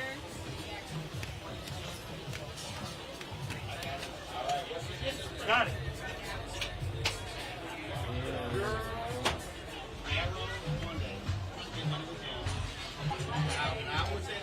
Well, hold on. I don't know if y'all know this, but this man cooks. Okay, like he makes Not enough time. There's one thing that he makes that I don't really know about. What is the barbecue spaghetti? I call it Texas spaghetti. It's barbecue sauce with barbecue spaghetti. sauce. I use Italian sausage, but trust me, it's good. I try. Hold up, I'm trying. Now my brother, who's an executive chef, he was hating on it until one day I went by the crib and it was gone. And now, no, he was making spaghetti. Family came over. And I spotted a bottle of barbecue sauce on the counter. I went and cussed him out because he been dogging me for months, and I went, "You got barbecue sauce on that counter?" And so that started. Believe me, I tasted it. And it was good. It was weird, but it was good. It was like alien. But remember, it started. I was in college. All I had was noodles, spaghetti, and barbecue sauce. I ain't had no meat or tomato sauce. So I was hungry, so I put it together. And then when the check came in, I got some meat, and I went, "Damn, this don't taste bad." And so then one day I was in the store, and I said, "I want to spruce it up. Now, why don't we throw some Italian sausage in there?" So I started using Italian seasoning, spaghetti, with the barbecue sauce, put that sucker together. That's it. And my family is like, "When you making that sucker again?" And if you go to YouTube, we did one of my holidays, I live streamed the entire process. And it was... And it was about a 3-minute video. No, it wasn't 3 minutes. And I had all of my nieces and nephews cooking. They were all cooking. I made them all cook, chopped and everything. All right, so how do you feel about this competition here? What do you think? Well, first off, again, I'm from Texas, so we like beef. I don't do nothing plant-based. So I'm Gardening is just the only saying. place. I mean, I do some lettuce and tomato, but that's about it. So I love braised short ribs. I love it when they're falling apart. So I'm looking forward to that. Now, what's the other dish? The other dish is chicken with like some fried rice, and the chicken is like glazed in like a Coca-Cola like Asian. All right, so y'all heard Chef Palmer. He said it's chicken fried rice. Y'all know we all black. That's called chicken and gravy. Come on, chicken, rice, and gravy. Keep it real simple. Let's let them Make sure there's no barbecue sauce. Right, Chef said, let them interpret it. Yes. You know when you went to your grandmama's house, you was like, what y'all got? We got some chicken and gravy and rice. Got it. That's it. But in 2022, it's chicken with fried rice. Well, in 2022, the Black experience is not monolithic. There are so many different layers that can happen with the Black experience. And it is. That's why we're here. We're celebrating the diaspora in all different ways. And give it up for these two women because there is 4 minutes left. All right, y'all got 4 minutes. Thank you all so much. It's looking good. Smelling Smells good. great. Hey, man, she cooked in the tennis outfit. Isn't it cute? I just feel like I'm going to try She was like, I play tennis and I'm going to go cook. Girl, you got 4 minutes. Don't be posing. She got 4 minutes. She's trying to pose. Open. No, I always look for new ways to wear a chef uniform, and I'm going to steal that idea. Oh, right. Okay, all right. Okay. When I come to your table. But it's hot out here. You can breathe with the skirt on, right? Come on now. Like she came from the golf course right to the kitchen. Let's go. What we got? What's going on here? Leeks. We got some leeks. Leeks? L-E-A-K-S? L-E-A-K-S. What's that? Shallot leeks are in the onion family, green onion family. Got it. Much more delicate. But very powerful ingredients. Oh, okay. What else? Got some shallots over here. Shallots? Also very delicate, not quite as intensive and heavy, but adds great flavor to any soup, sauce, base, any kind of base. And then I see some citrus over here. Some what? Citrus. Oh, citrus. Got it. Awesome. That is awesome. Now, when did you start cooking? When did you? I was about 10 years old. My father, I'm from Chicago. I'm from Korea, but I moved to Chicago. So I met the black side of my family. Got it. And I met grandma who she taught me how to cookery, chitlin, cornbread dressing, all that from scratch. I was a little girl. My father was a gourmet chef, and he worked in a lot of hotels. I spent a lot of time in hotel kitchens. I went to culinary school by the time I was about 18 years old. Yeah, give me one. And opened my first nightclub and catering business at 19. Nightclub and catering? Nightclub, and I wasn't even Breaking news. We have 2 minutes until the dishes are ready, and I already see chefs plating. So let's get our attention to these chefs, please. 2 minutes. All right? And let's hype them up. 2 minutes for us to get the pressure on. 2 minutes for the pressure on. We got mashed potatoes. Stuff my daddy made rosemary. me. What have you got over there? Ariana. Oh, tarragon. Johnny, almost done plating. How do you feel? Tarragon for garnish. Aragon. How do you feel? Okay, all right. Don't with the garnish. I see you. Hey, I think Whitney needs some help. Say go, Whitney! Hold on, Whitney, let's go. Strong finish. Get it, Whitney, get it. I'm coming. Yeah, y'all, she got the mashed potatoes and the garnish. Y'all know I'm Ariana's still plating over there, so let's give her some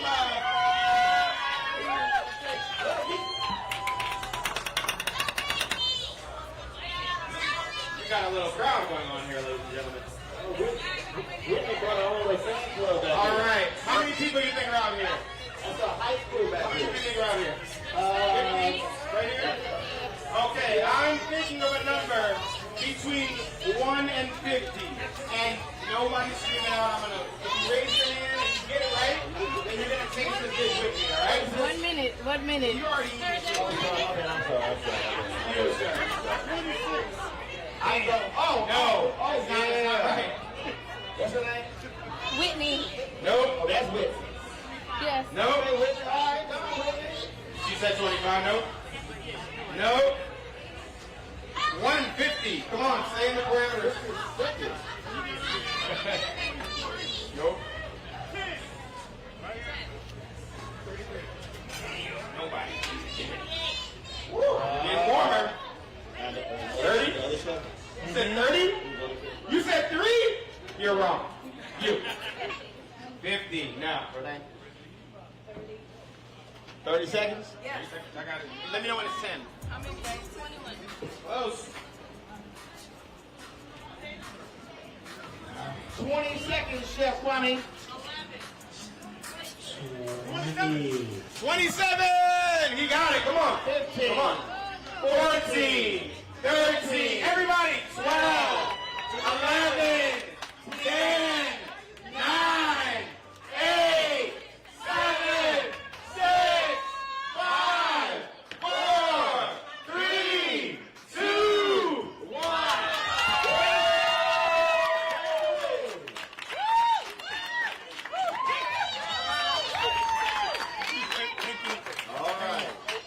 So what's the chef's name on the side? Ariana and Whitney. Ariana and Whitney. Ariana. All right, so we're gonna start with you, Ariana. Tell us what you got. All right, so I have Nola Cola chicken bites on the top of a bed of garlic fried rice. Oh. And it's in the fleur-de-lis, right? Yes. That's a little fleur-de-lis. She playing to the crowd. Nola Cola. Yes. Nola Cola. And I have Coca-Cola. Oh, she said, and I got Coca-Cola. Let me. That's called branding. Coca-Cola braised short rib on a bed of garlic mashed potatoes. All right. Love it, love it. All right, so we're gonna taste some of this food here. All right, just put water. See what's going on. Is it started? You got this. Yes. You got this from her. This up. Yep. Put this underneath and get another photo of her, please.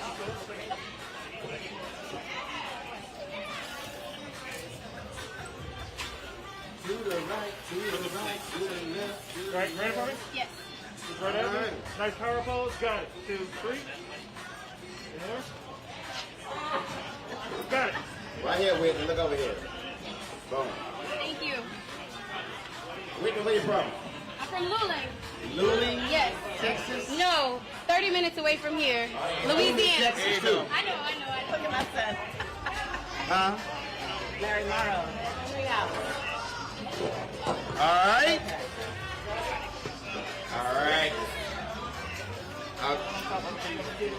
Whitney, I appreciate your mashed potatoes, but so hold on. We're gonna get Whitney to walk over here and explain her dish while you all eat it.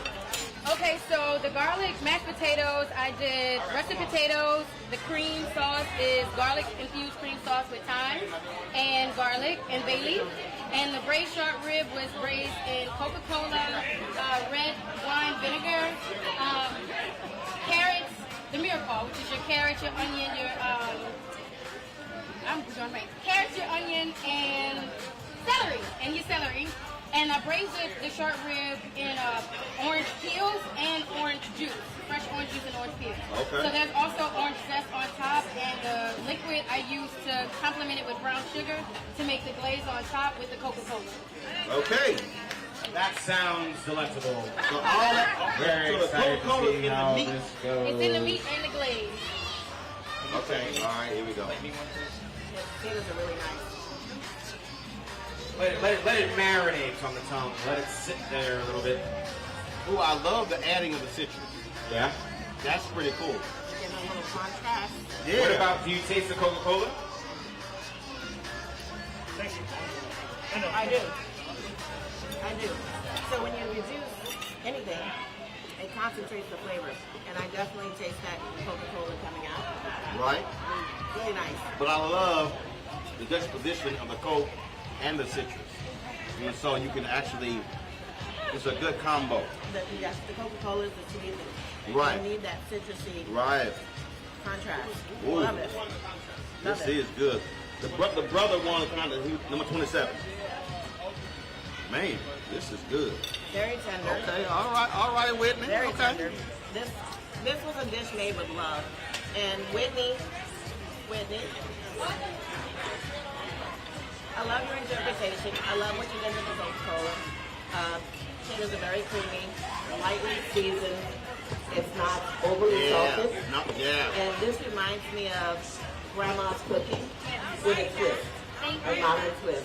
I love the Coca-Cola in there. Thank you. Now, my grandmama cooked and my grandfather. But this reminds me of my daddy was a chef. And I love the other elements because it changes the taste of it. Versus just the typical heavy seasoning, sometimes too salty. And so that works. See, I'll be real black.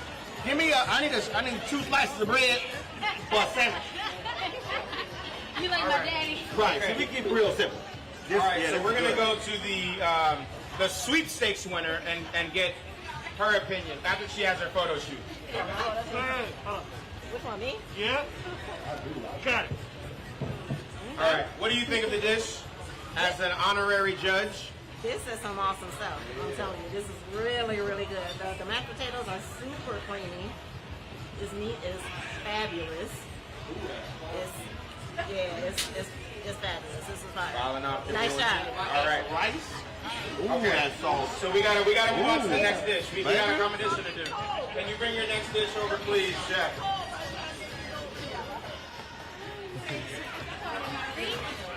You might not come back.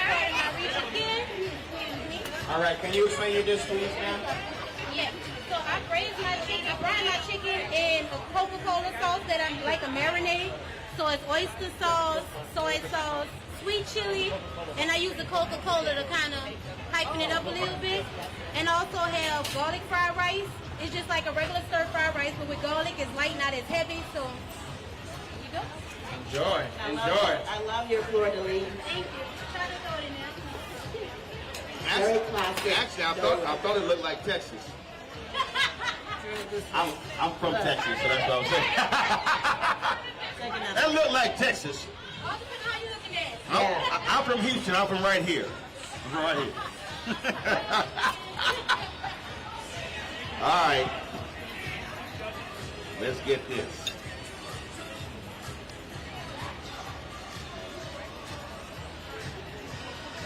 Like the butteriness of the rice. Taste the garlic. No. That sauce is powerful. Oh. That sauce, as soon as you put your mouth, it hits you. It hits you. I like to taste the ingredients without the sauce first and see what we're working with. And then I want to taste it with the sauce and the protein. Now, what else did you put in it? Beyond the Coca-Cola, it was something else you said. Say it again? Sweet. There you go. Which is a classic Asian ingredient. And then we have sweet chili. I do taste the sweet chili now.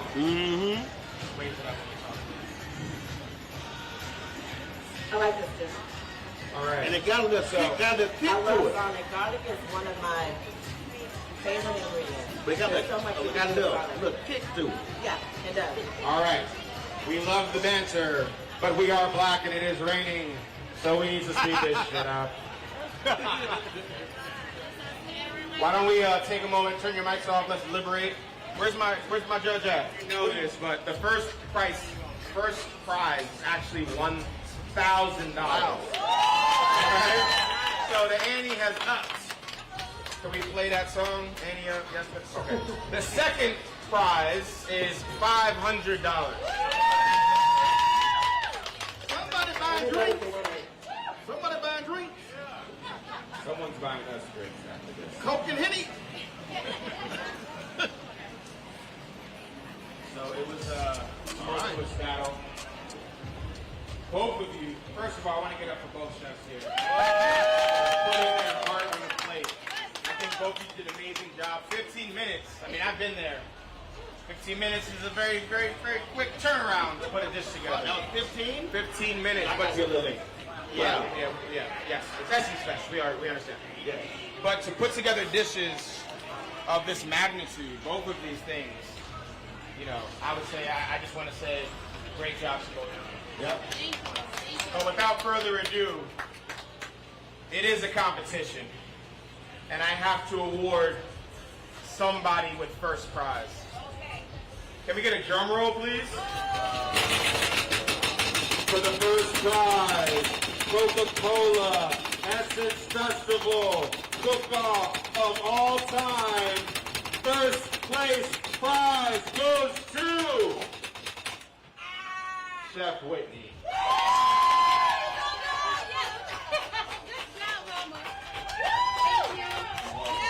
Judges, can you please explain why you chose Chef Whitney?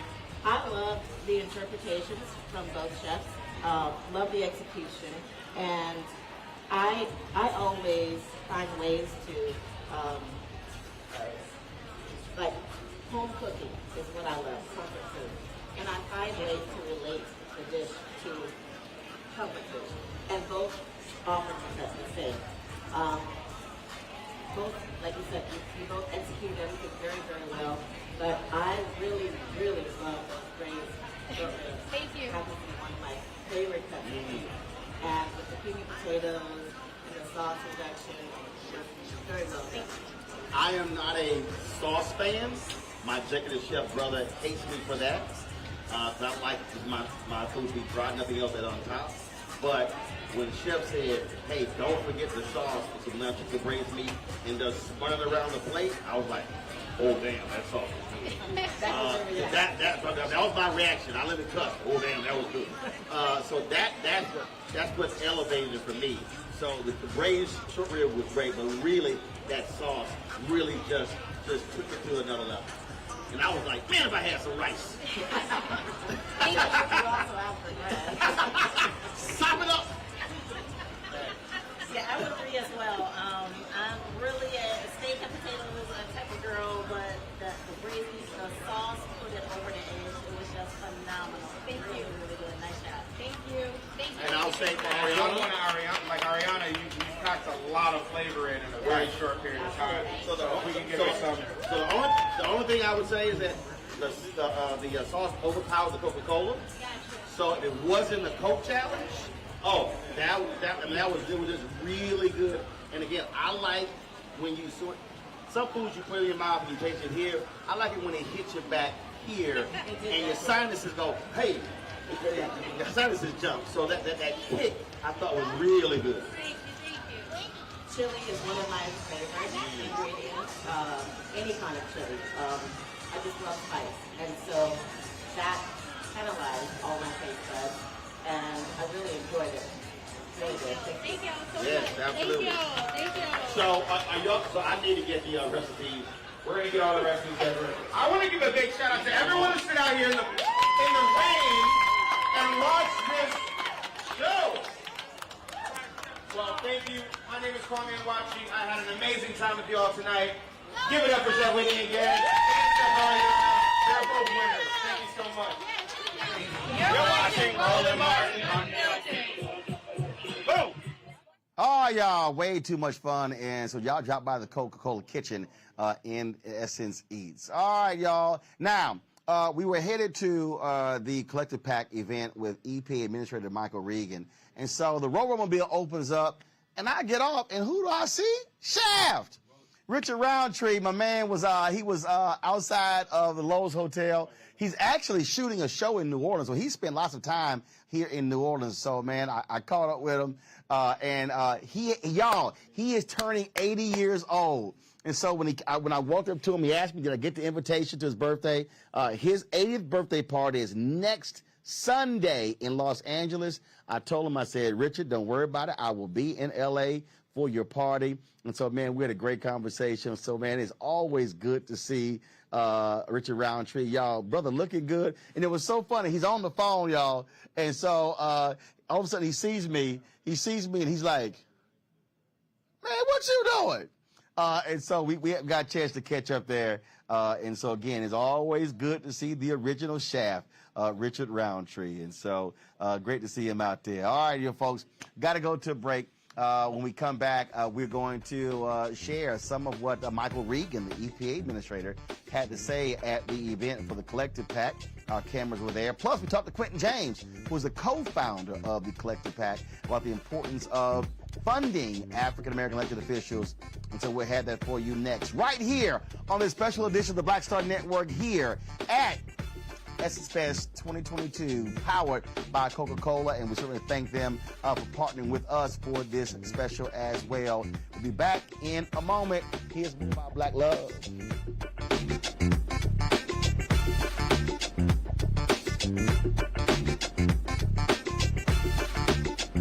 Hello, I am Anthony Dangerfield. I am known as the Good Fella.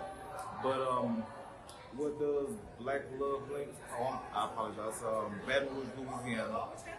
But what does Black Love mean to me? The source of all life.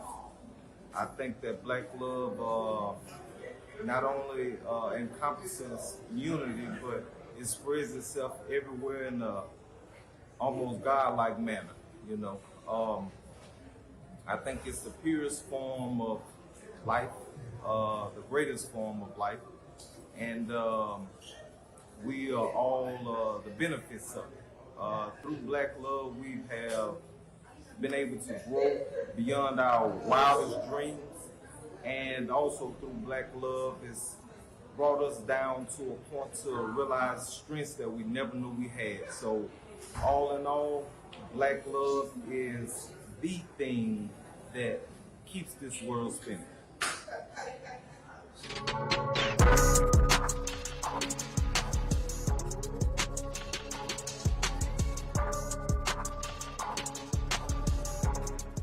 Made the simple way.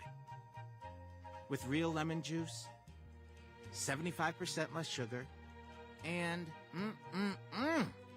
say yes to simple.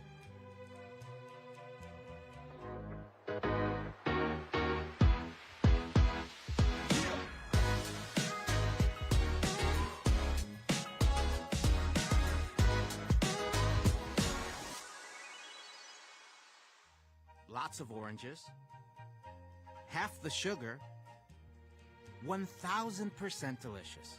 That's simple math. Say yes to simple.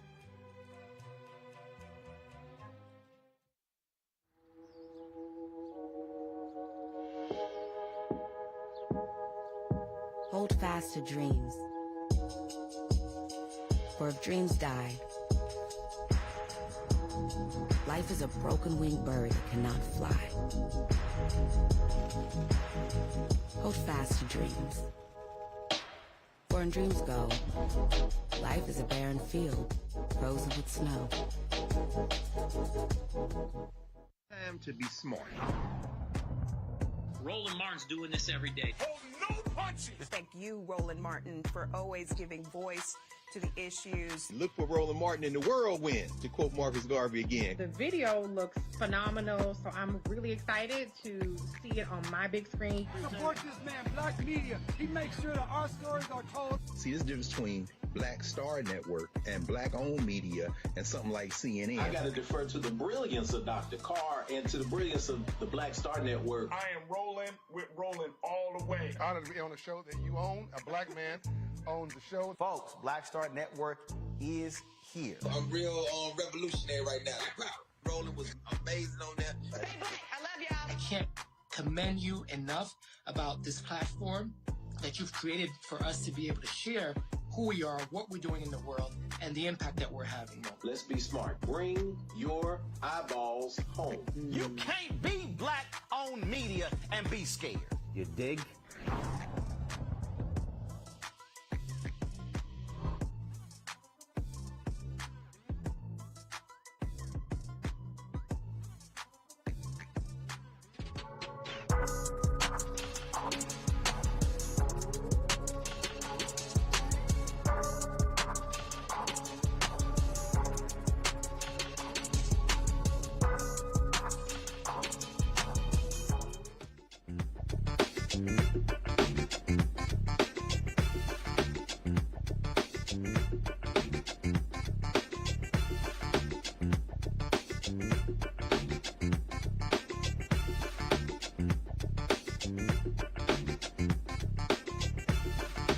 Folks, tomorrow here in New Orleans, Vice President Kamala Harris will be here speaking from the main stage in the Superdome, but there are many other administration officials who are all around New Orleans for Essence Fest. One of them is Michael Regan, North Carolina A&T graduate who is now the administrator for the Environmental Protection Agency.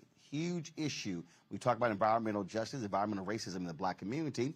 And so the Collective PAC had a Q&A opportunity for a fireside chat. And here's that conversation with him, with the former mayor of Greenville, Mississippi. The second thing is the media followed me there. Well, when you put that kind of pressure on local communities, the things that I can't get done from EPA, those locally elected officials after the social media, after the MSNBC, after the CNN, they start to be embarrassed and they start to take action. And so after that tour, not only did we ramp up our enforcement and our inspections because we saw things firsthand, a lot of the locally elected officials, because of the coverage, decided to start taking action.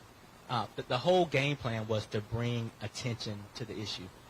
And I'll tell you, it's 2022, and I've visited communities where I'm talking with mothers whose children have been lead poisoned. If you are a black child in this country at or below poverty level, you are 4 times more likely to have elevated levels of lead in your blood. This is not coincidence. This is by design.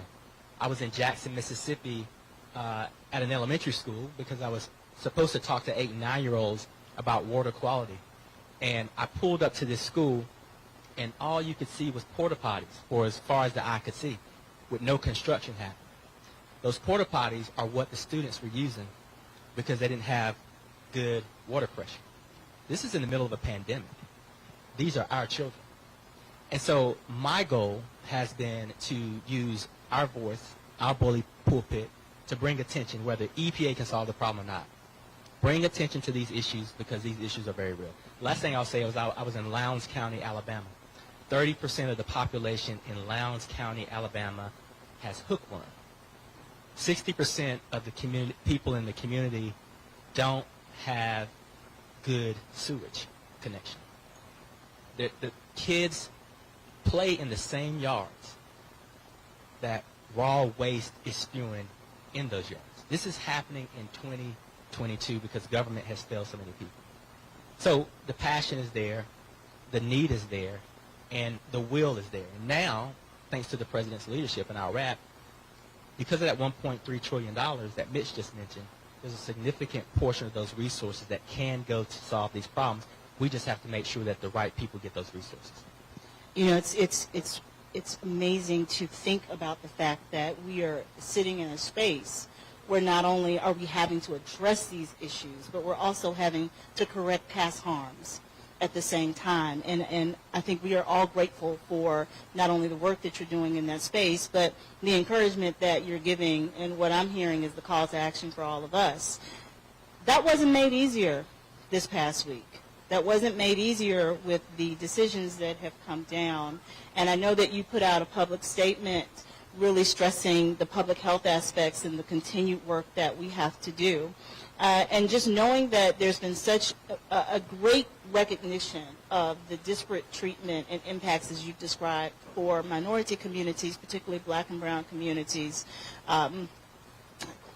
Can you talk a bit about how we are going to, or what you could encourage us to do to really encourage local, state, federal policy to come together and put action with what both Mayor Landrieu outlined, what the environmental groups can do? How can we turn that into action in light of the opinions that we've just experienced? Well, this is one of these situations where you wish you could Monday morning quarterback it. I mean, it's unfortunate that we don't remind ourselves that the power of our voices is something that we have to use. We have to wait for a Roe v. Wade, or we have to wait for the Supreme Court to roll back, our Clean Air Act statutory authorities. So, we have to have a sense of urgency. Congress gave EPA $100 million just to focus on environmental justice grants and air quality monitoring. We're trying to distribute those resources to organizations that have never had a seat at the table. The big national green groups have finally started to mobilize and rally around environmental justice, but we also don't want to overlook those groups that have been on the ground since day one. Collectively, with the big green groups and those organizations, we need to push resources collectively from philanthropy to our budgets to really shore up the infrastructure of those people on the ground. It's nice for me to come into town and talk to people, but I'm not a trusted voice of the community. The trusted voice in the community are the community members themselves. We have to start having more conversations like this one. We have to have more Journey to Justices. We have to really just get in the room. And the great thing about the Journey to Justice tour was I reached out to the leaders in the communities and said, you design this tour. You tell me where to go. You tell me what time to show up. And that's something different. Folks, if you want to see the full conversation with EPA Administrator Michael Regan, simply go to our Black Star Network app or go to youtube.com/Roland S. Martin to check that out. Folks, we'll have Quentin James talk about the importance of electing black officials tomorrow. Also tomorrow, folks, Congresswoman Val Demings, who's running for the United States Senate, she'll be sitting down with us. We'll be chatting with Tammy Roman. Also, we got the Smart Water Walk in the morning with Mayor Cottrell, in addition to Angela Simmons. We'll be broadcasting that live, so look forward to that live stream. Plus, we'll have a recap on the show as well. So a jam-packed day tomorrow here at the 2022 Essence Fest, powered by Coca-Cola. And so we're going to have wall-to-wall coverage. Look forward to having all of that. Tonight, Nicki Minaj takes the stage at the Superdome. And so look forward to that. They're also going to be having different news conferences and things happening there. And so, man, just a lot of stuff going on. And so that's why we are here. We got it all covered for you. You're not here in New Orleans. Tell a friend what we're doing. Be sure to check out our content. We're going to be restreaming all of this content over the next 24 hours in case you missed it as well. So, folks, thanks so very much. I'll see you tomorrow right here from New Orleans with the Black Star Network, working with Coca-Cola. Folks, it's having a grand time here, the 2022 Essence Festival. Holla!